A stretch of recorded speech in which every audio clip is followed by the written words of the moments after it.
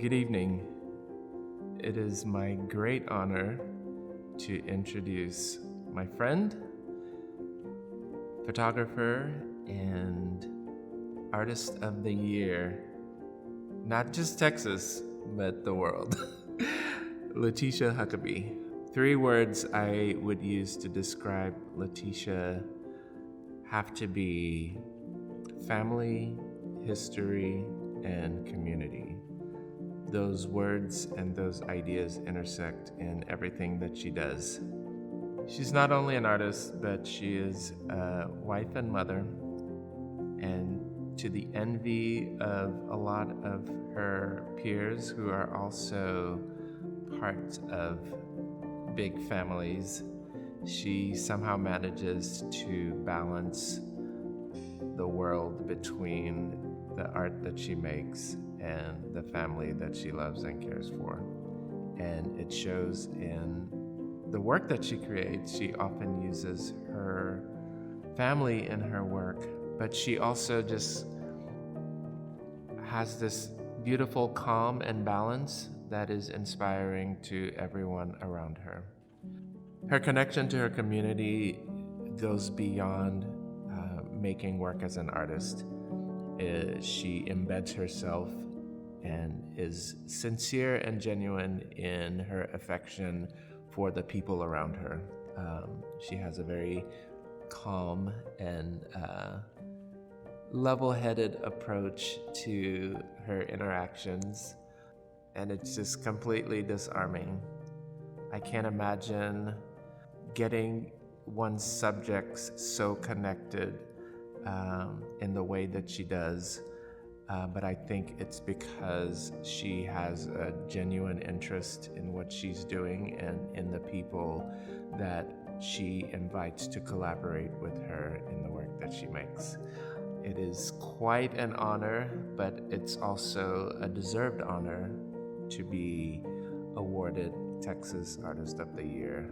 Letitia, congratulations, and there is more yet to come, and I am pretty honored to be introducing you tonight.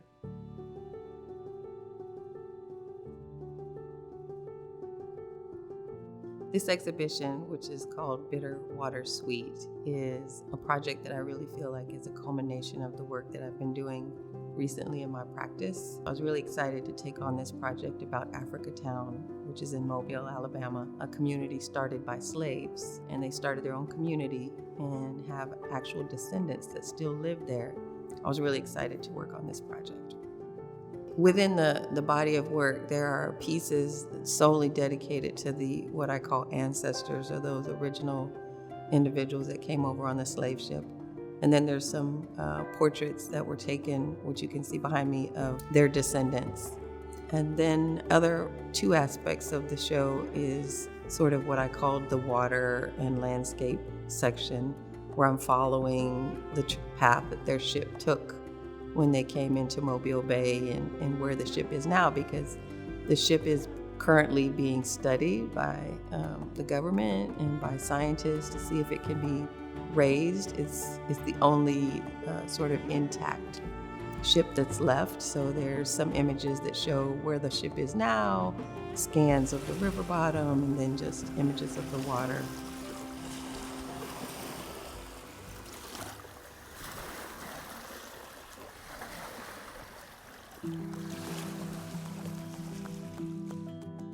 I started doing dance when I was 3 years old, but when I was in high school, I was accepted into this really prestigious arts camp. And it was the first time I saw photography as an art form, not as advertising or the news. And I was really sort of drawn to it. They were doing darkroom, and it has this sort of magical quality to it. I wanted to study photography when I went to college, but my parents didn't really see it as a viable option for a long-term career. So I ended up going in journalism and worked for a radio station for several years. But because I worked at the radio station, I got a discount on community college classes. And I took photography, loved it, applied to school in Boston, sold my car, met a roommate in the 90s online, and moved to Boston, which I'd never lived before or anything, and studied photography and just never looked back. I've always been a storyteller, and I love that the beauty of going into a story like a fly on the wall, capturing those images, and then regurgitating it in a way that speaks something to the viewer. And so for me, the role of art is to communicate, to sort of challenge things that are going on and present it in a way that's palatable, so that to me it has the most effect. This award means everything. I always feel like whatever I do is an example for others.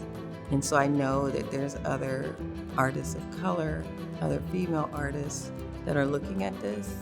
And I have 3 children. And I just hope that everything that I do it in a way that sets a good example for anybody who's watching. So this spotlight, like I said, I don't take it lightly.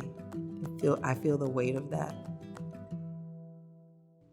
So I would just like to thank Art League and all of the sponsors and donors that made this opportunity possible, because I know it takes a lot.